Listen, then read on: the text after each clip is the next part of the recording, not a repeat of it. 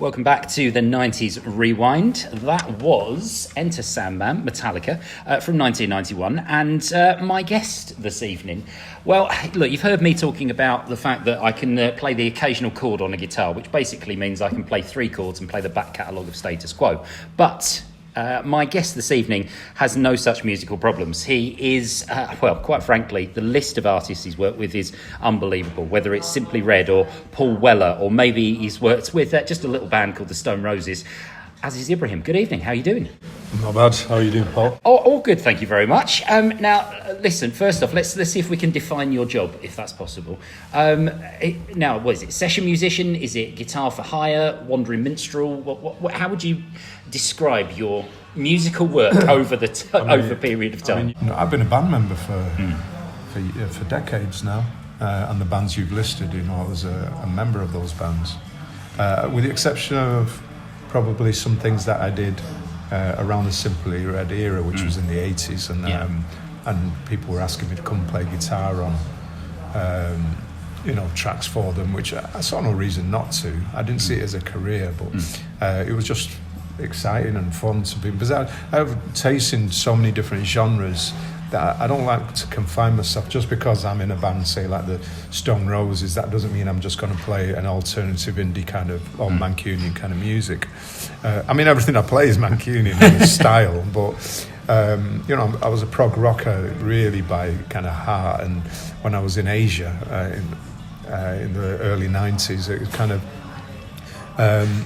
I like the people that were there that I met through that. And if somebody asked me, like Jansen Barbieri Khan, from Japan, or even in Japan, the Yellow Magic Orchestra, I would play guitar because it was interesting to explore those kind of genres. If you want to describe me, I'm a guitarist, composer, audio designer, songwriter, first and foremost. It's been a case of collaborations, if you've seen me working with people.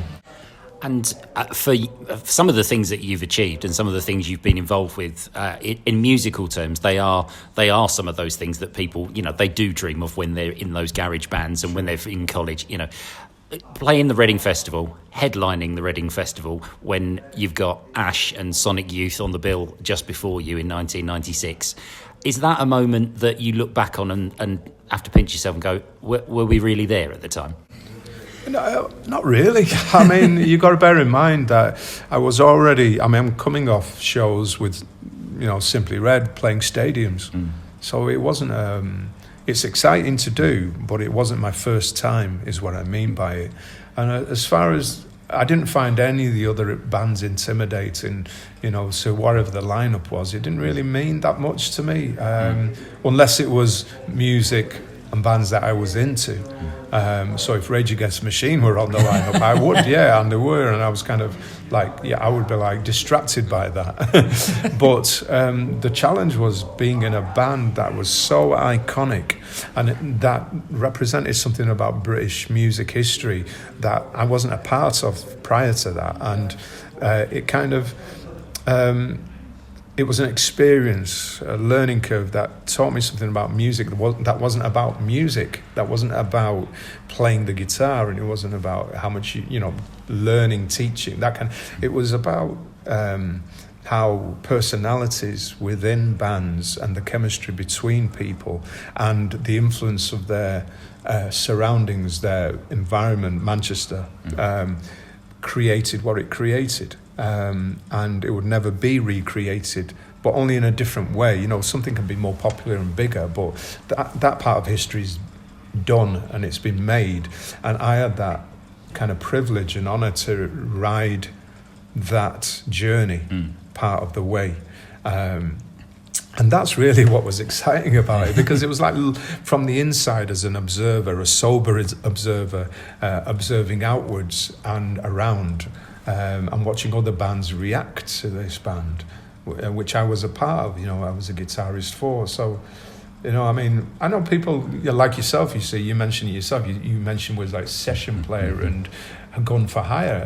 And that's not the case at all. If you actually look at the history of it, I was a member of the Stone Roses. I was the guy who stepped in after John Squire and took the flak for it as well, because like I said, it wasn't about the guitar. It was about the way people perceived that band.